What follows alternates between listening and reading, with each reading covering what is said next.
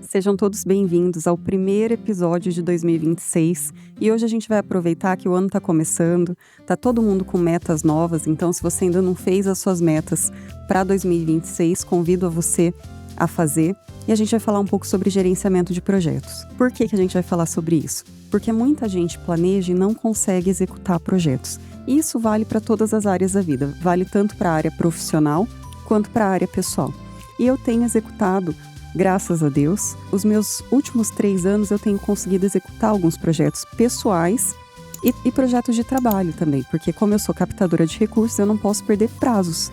Se eu perco prazos, eu não submeto uma proposta e às vezes eu perco até 3 meses de trabalho e não consigo efetivar aquilo. Então, por que a gente vai falar sobre gerenciamento de projetos? Primeiro, a gente vai falar sobre gerenciamento de projeto porque você precisa ter clareza do que vai ser feito. Então, quando você faz um projeto, você tem lá as suas metas, que são aqueles grandes objetivos que você tem, as atividades que serão necessárias para executar aquela meta, você tem um cronograma, então você vai dizer quanto tempo leva para você executar cada atividade, você tem uma definição de quem será o responsável por cada atividade e você ainda tem o orçamento que será disponibilizado por tempo e por atividade. Então é muito importante quando você define uma meta, seja ela pessoal ou seja ela dentro de um gerenciamento de projeto para a sua empresa, você ter clareza. Primeiro, quando a gente fala em stakeholders, hoje eu estava estudando um edital e lá estava uma informação bastante relevante sobre stakeholders. É necessário para esse edital que você tenha 5 instituições e cada instituição tem que estar relacionada a um objetivo específico. E cada objetivo específico tem que estar relacionado a uma justificativa. Ou seja, os editais hoje relacionam um problema a ser resolvido, quem vai resolver e quanto isso vai custar ao longo do tempo. Então, aplica isso nas suas metas pessoais e nas suas metas dentro da empresa. Então, hoje o nosso objetivo aqui é trazer um pouco de ferramentas que você pode utilizar dentro da transformação digital, dentro das inteligências artificiais e dos métodos ágeis que você pode aplicar para projetos pessoais e para projetos dentro da sua empresa e também trazer esse conceito de gerenciamento de projeto, que é justamente a metodologia que você vai utilizar para tocar o seu projeto. Como é que você vai alcançar aquele objetivo? Então, assim, um objetivo de aumentar a produção de mandioca, por exemplo. Então, quem é que vai ser responsável por isso? Eu tenho uma instituição de fomento para agricultores familiares. Então, essa instituição bancária vai ser a responsável por isso. O que ela vai fazer? Ela vai disponibilizar recursos. Quanto de recurso ela vai disponibilizar? Por quanto tempo ela vai disponibilizar esse recurso? 12 meses, 24 meses, 48 meses?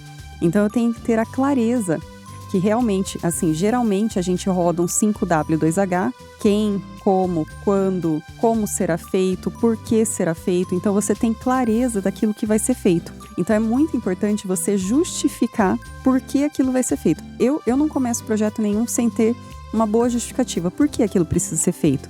No porquê, você tem que resolver uma dor, você tem que resolver um problema. Então, por exemplo, se a minha meta pessoal agora de 2026 for quitar X mil reais da minha casa, que é uma meta pessoal, eu preciso ter uma programação. Quanto eu consigo disponibilizar por mês para fazer isso? Em quanto tempo isso será possível? Eu vou monitorar 1 ano. Então, em 12 meses, eu consigo disponibilizar tantos por mês, que vai amortizar tantas parcelas. Então, eu tenho que ter clareza do porquê estou fazendo aquilo.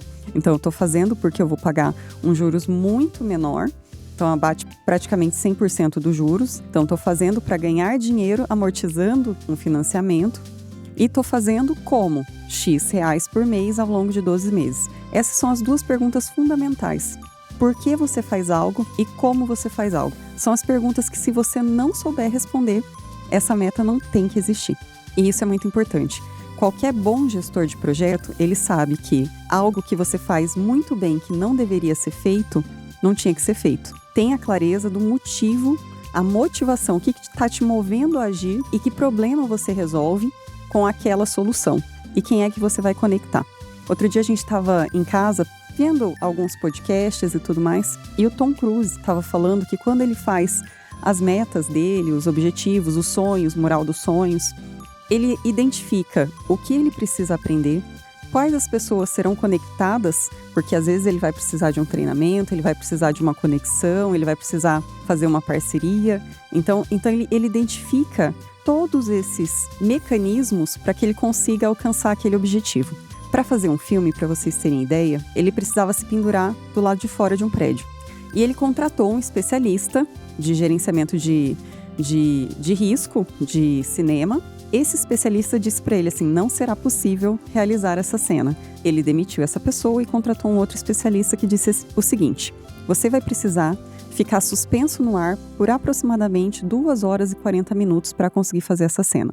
Porque a gente leva meia hora para te colocar para dentro e para fora da janela e você vai ter que ficar se segurando para o lado de fora para conseguir fazer a cena. Resumindo, ele começou a treinar barra e ele faz de 70 a 73 barras para conseguir aguentar o próprio corpo por 2 horas e 40 minutos. Então, ele entendeu qual era o mecanismo necessário para ele alcançar um objetivo. Então, é muito importante também você saber se você vai precisar de um treinamento, se você de repente vai terceirizar aquela função. Muitas vezes a gente perde muito tempo tentando aprender alguma coisa que nós não somos especialistas, que nós deveríamos terceirizar para alguém que é muito bom naquilo. Quando você empreende, é muito importante também você saber quais desafios você aceita e quais desafios você delega. Muito importante para que você não perca tempo. Esse é o recurso mais importante que existe. Dinheiro você recupera, tempo não. E aí a gente tem algumas ferramentas. Hoje, a inteligência artificial, ela te ajuda muito. Eu uso, para elaborar as minhas propostas, eu uso tanto artigos científicos, quanto inteligência artificial, quanto a mim mesma. Então, o senso crítico, as revisões, a gente chega a fazer 12 revisões numa proposta. Por quê? Eu tento entender o que o edital pede, e isso é muito importante também, quando você faz um gerenciamento de projeto. Entender quem está te patrocinando. Porque ele tem uma expectativa com relação à aplicação do recurso dele. Então, se você faz um pitch para captação de recursos via Venture Capital, você tem que entender que grupo você está atendendo, qual a expectativa deles. Eles querem alavancar, eles querem acelerar, eles querem maximizar lucros. Então, você tem que ter um discurso apropriado para isso. E quando eu falo em instituições de fomento, por exemplo, ministérios, bancos, a Caixa hoje trabalha com bioeconomia. Eu estou falando de temas que eles adotam e que eu tenho que relacionar o meu discurso com a política pública que está sendo implantada. Então, é muito importante a gente fazer sempre esse alinhamento entre quais são as áreas de interesse do meu financiador, do meu patrocinador e quais são as minhas áreas de interesse para que a gente tenha sinergia na proposta e que essa proposta seja atrativa o suficiente para que você possa ser contemplado. Então, é bem importante também entender quem são as partes interessadas e o que elas têm interesse na parceria, no financiamento, no patrocínio. Importante também, o uso da inteligência artificial facilita a tomada de decisão e o levantamento de dados. Eu tenho participado, eu voltei a fazer mentoria, então eu estou mentorando uma empresa de bronzeamento artificial e eu uso sim pesquisas e dados da própria inteligência artificial. A diferença é que eu peço links. Então assim, eu faço a pesquisa, eu faço um deep search, então é uma pesquisa científica com base em artigos científicos ou uma pesquisa já que eu já volto ela para artigos, seleciono os artigos, subo os artigos e faço uma pesquisa com base nos artigos selecionados. Foi assim que eu gerei esse conteúdo para hoje. Além do conteúdo que vem, lógico, eu uso a minha experiência, todo o meu know-how, todos esses anos de trabalho e claro, também o know-how dos meus clientes. Porque boa parte dos meus clientes são engenheiros. Pasmem, boa parte das pessoas que me contratam ou são engenheiros ambientais, ou são engenheiros civis, ou cientistas da computação. Então, eu uso também o gerenciamento de projeto que eles utilizam para gerenciar o próprio projeto. Então, é muito comum eles mexerem muito na proposta, eles solicitarem alterações, ajustarem, porque são mecanismos dos quais eles estão muito habituados.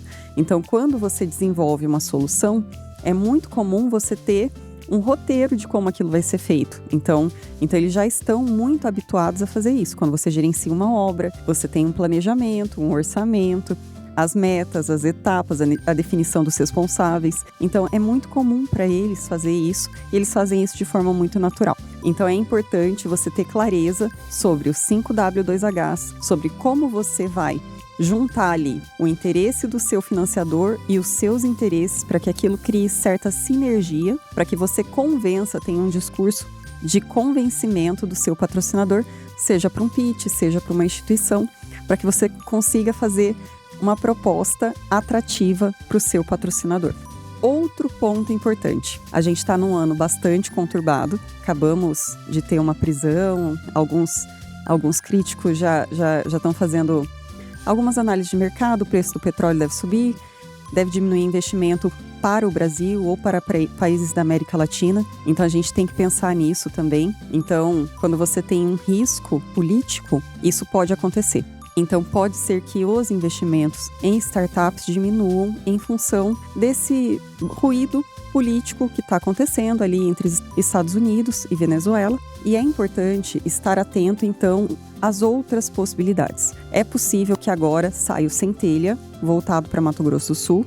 Então, a gente está aguardando esse edital. Então, estejam prontos para isso, façam toda a capacitação. O Centelha tem enviado e-mails para manter o cronograma de editais, para que você consiga visualizar o que é que está aberto, o que é que está fechado. Eles devem fazer um treinamento também, então eles têm uma metodologia, eles esperam ver um pouco dessa metodologia na proposta, então tem que fazer o treinamento deles, tá? E a gente está num cenário que ele é VUCA, volátil, incerto, complexo e ambíguo. Quando a gente está num cenário como esse, é comum que a gente tenha menos investimento privado, mas a gente também está num ano que a gente acabou de passar pela COP30. Em função disso, devem existir maiores investimentos na área ambiental, nessa área ESG, que é a questão de sustentabilidade, resiliência ambiental, preservação da floresta, preservação da floresta amazônica. Devem surgir editais voltados para isso. Inclusive, estou participando de alguns. Prestem atenção nessas linhas, porque isso deve vir. E a gente tende a ter uma diminuição dos investimentos privados, principalmente startups nessa linha, em função do risco mesmo, dessas questões políticas. E aí, nós estamos na América Latina, a gente tem que prestar atenção nisso e tem que estar atento à mudança de mercado, tá? Então, é importante agora. Tá todo mundo sinalizando que vamos ter muitos feriados prolongados, que isso diminui o ritmo das vendas. Então, você tem que ficar atento a isso, mas você não pode viver em função disso, né? Isso não pode ser um impeditivo para que você crie, para que você busque recursos ou para que você desenvolva a sua empresa. É justamente no momento de incerteza que são geradas grandes oportunidades.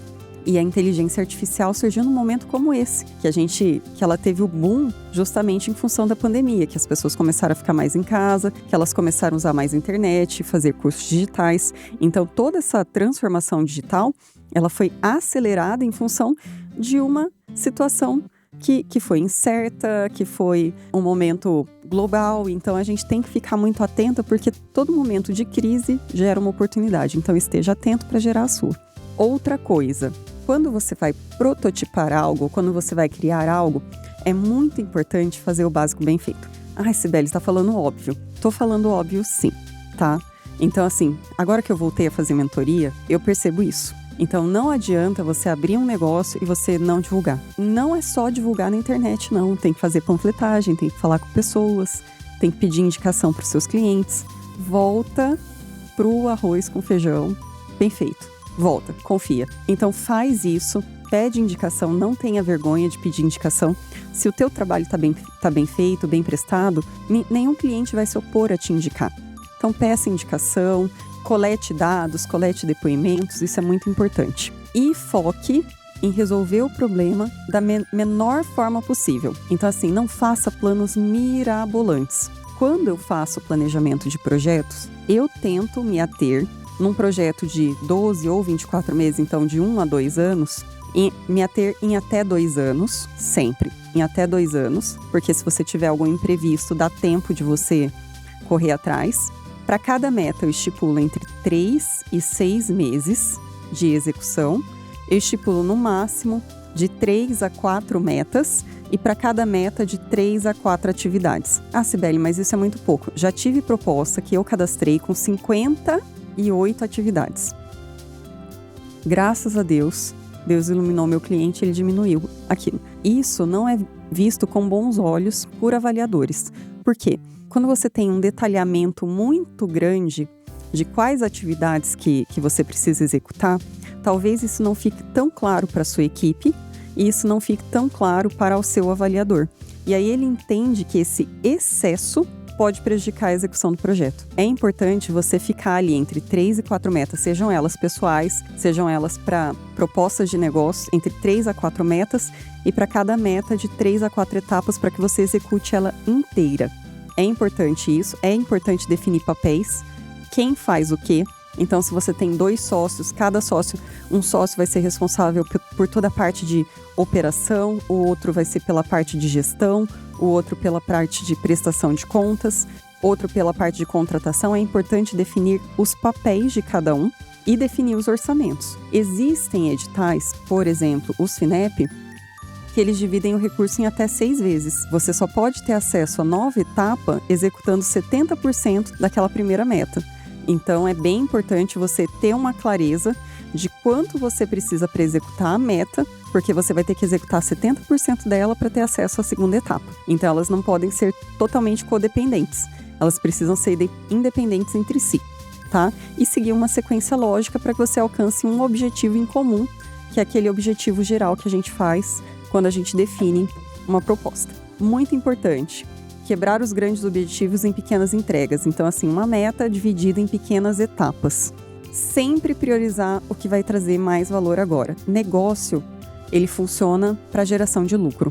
Então, é sempre importante você sempre priorizar pacotes. Na mentoria, eu estou falando muito sobre isso. Por que a gente prioriza pacotes e não a venda do bronzeamento individual? Porque eu preciso da recorrência e o esforço que eu faço para vender um pacote e um bronzeamento individual é o mesmo. Então, é muito mais viável fazer o esforço para aquilo que vai me rentabilizar mais, que vai me gerar recorrência, vai me gerar 3, 4, 5, 6 bronzeamentos, do que para eu vender um único bronzeamento, uma única sessão, que de repente não vai trazer o resultado esperado. Então é bem importante você focar no resultado e naquilo que vai ter uma margem melhor para você. Incentive as pessoas que trabalham com você a resolver problemas. Isso é muito importante, porque boa parte, isso me inclui também. Eu também acho que às vezes eu preciso fazer, porque se eu não fizer, não vai ficar do jeito que eu quero e etc. Mas é importante que a gente saiba delegar. Então, ter clareza do que se espera, tenha clareza, de forma simples, explique aquilo que se espera e delegue. Porque muitas vezes você precisa focar naquilo que vai trazer mais resultado. E aquilo que não vai trazer tanto resultado, você tem que delegar, porque você não consegue fazer tudo. E sem equipe você não toca. Quando a gente está começando um negócio, é muito comum a gente não ter equipe. Eu hoje não tenho equipe e eu percebo essa dificuldade. Então, assim, eu posso pegar no máximo 6 propostas simultâneas e propostas pequenas, não podem ser propostas muito grandes. Se a proposta tiver 15 anexos, como a que eu estou elaborando agora, eu não consigo pegar mais de uma proposta, porque eu tenho um mês só para elaborar. Então eu preciso ter clareza de quanto tempo disponível eu tenho, como é que eu vou gerir aquilo. E hoje eu tomo essa decisão. Eu tomo a decisão de sempre priorizar propostas de maior valor em detrimento a propostas de menor valor, porque eu vou trabalhar a mesma quantidade e vou ganhar mais. Então tenha clareza disso para você otimizar o seu tempo, os seus recursos. No início é meio difícil, a gente aceita tudo, até a gente pegar um burnout ali, um burnout, né? Dar uma chacoalhada na vida e a gente entende que a gente precisa priorizar e que a gente precisa ter saúde, porque senão daqui a pouco não tem mais negócio. Então é bem importante você saber o que você vai priorizar. Foco em metodologia, padronização, alinhamento estratégico. O que isso quer dizer?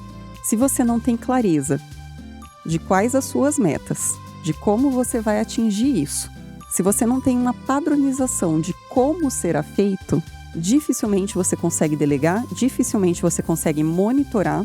Em alguns editais, o que eles pedem? Eles pedem uma meta, as atividades, o indicador e o impacto que isso vai gerar. Então, por exemplo, tem uma meta de fazer plantação de 1000 mudas de X árvore, né? E para isso eu vou precisar de não sei quantos quilos de adubo, não sei quantos quilos de terra, hectares, né? Para plantar. Vou precisar também de ferramentas, então eu preciso de uma enxada, um kit mínimo lá. Enxada e outros itens que são necessários, EPI, bota, chapéu, etc. Qual o impacto que isso vai gerar? 1.000 mudas plantadas. E isso vai beneficiar quem? A comunidade XY da região tal. Então é importante também você sempre verificar quais as metas e quais os impactos e quais as pessoas impactadas por aquela meta. Isso é muito importante. Muito importante também porque alguns editais eles pedem que você tenha até 5 instituições, por exemplo, bancos, universidades, Sistema S, empresas, e quais objetivos cada uma delas vai atender. Então, o banco tem que fomentar investimento, a universidade, pesquisa e inovação, as empresas, mercado, o Sistema S, capacitação. Então, você tem que ter clareza de com quem você se associa e para que você se associa. Então, tenha essa clareza quando você fizer uma parceria e tiver uma proposta, porque eles vão avaliar isso, tá? Outro ponto, tenha foco. Então, não adianta você ter um projeto mirabolante. Eu tenho um cliente que a gente entrou em 2 editais. No primeiro edital, a gente fez uma prototipação, só requisitos mínimos, então assim, só para funcionar, uma plataforma SaaS, etc., bonitinho. E depois a gente entrou num outro edital para inserir as integrações, que essa é uma parte muito difícil e muito complexa. Então não misture uma coisa com outra, porque até os desenvolvedores, quando eles avaliam as propostas, já perdi proposta por causa disso. Eles avaliam essas integrações e eles sabem da complexidade que é fazer isso. Então, integração com banco, integração com sistema não sei das quantas, integração com sistema de georreferenciamento. Eles sabem que isso é complexo. Então, façam por etapas. Uma captação para fazer o básico, protótipo, e depois você faz uma outra captação para fazer as integrações. Bem importante isso, e é um fator que faz toda a diferença na sua proposta. Coloca ela dentro ou fora. Muito importante também, coletar feedback. Sempre que você for testar uma solução, é importante que você tenha alguns clientes, principalmente seus clientes mais chatos, porque eles são os únicos que vão te dizer a verdade. Os outros vão falar assim, não, tá legal, tá tudo bem, e não tá bom, né? Então, peça sempre para o seu cliente mais chato, para ele validar aquela solução que você fez. Outro ponto importante, não foca numa solução disruptiva de primeira. Faça uma melhoria naquilo que você já tem e depois, com o tempo, quem sabe você faz uma solução disruptiva. É muito mais fácil você conseguir recurso para fazer uma melhoria, para otimizar um processo, para otimizar uma solução, fazer um pequeno ajuste do que você conseguir para uma solução disruptiva. Porque muitas vezes a disruptiva é tão disruptiva que o avaliador olha e fala assim, não dá para fazer. E aí você, de repente, não vai conseguir aquele recurso. Óbvio que existem perfis e perfis. No privado, eles são muito mais abertos a essas soluções disruptivas, porque eles entendem que a escala pode fazer você ser um líder do mercado. Então, o iFood foi um líder, o Uber foi um líder, o banco digital foi um líder. Então, eles entendem que soluções disruptivas, muitas vezes, vão se transformar em grandes grupos e que vai ser uma instituição milionária, trilionária. Eles entendem isso. Mas vamos pensar na caneta emagrecedora. Essa semana eu estava lendo uma notícia que a caneta emagrecedora estão desenvolvendo a solução em cápsula. Então isso é uma solução que está resolvendo o problema do emagrecimento, da obesidade, mas que hoje ela é dolorida, você faz uma autoaplicação uma vez por mês, etc. Ela tem um monte de efeitos colaterais e agora estão desenvolvendo aquilo em cápsula. Então vai ficar, com certeza, vai diminuir os efeitos colaterais, porque ela não vai ser uma solução que você aplica em você, né? Você vai ingerir aquilo, então ela vai ter um efeito menos rápido, mas também vai ser muito menos doloroso, né? Então essa pequena mudança de uma caneta que você se aplica para um comprimido é uma mudança significativa. Já resolve bastante o problema do seu cliente. Então não pensa primeiro na solução disruptiva, pensa primeiro numa melhoria e depois, dependendo do perfil do seu investidor, aí você pensa numa solução disruptiva, tá bom? Então foca sempre no aprendizado contínuo, entenda que esse ano é um ano de oportunidades, então tem muito ruído por aí. Todo processo de mudança, ele vai trazer esses ruídos, essas incertezas, e essas incertezas são muito boas para gerar oportunidades e gerar negócios lucrativos. Espero que seus projetos se realizem. Feliz 2026 e a gente se encontra por aqui. Tchau, tchau!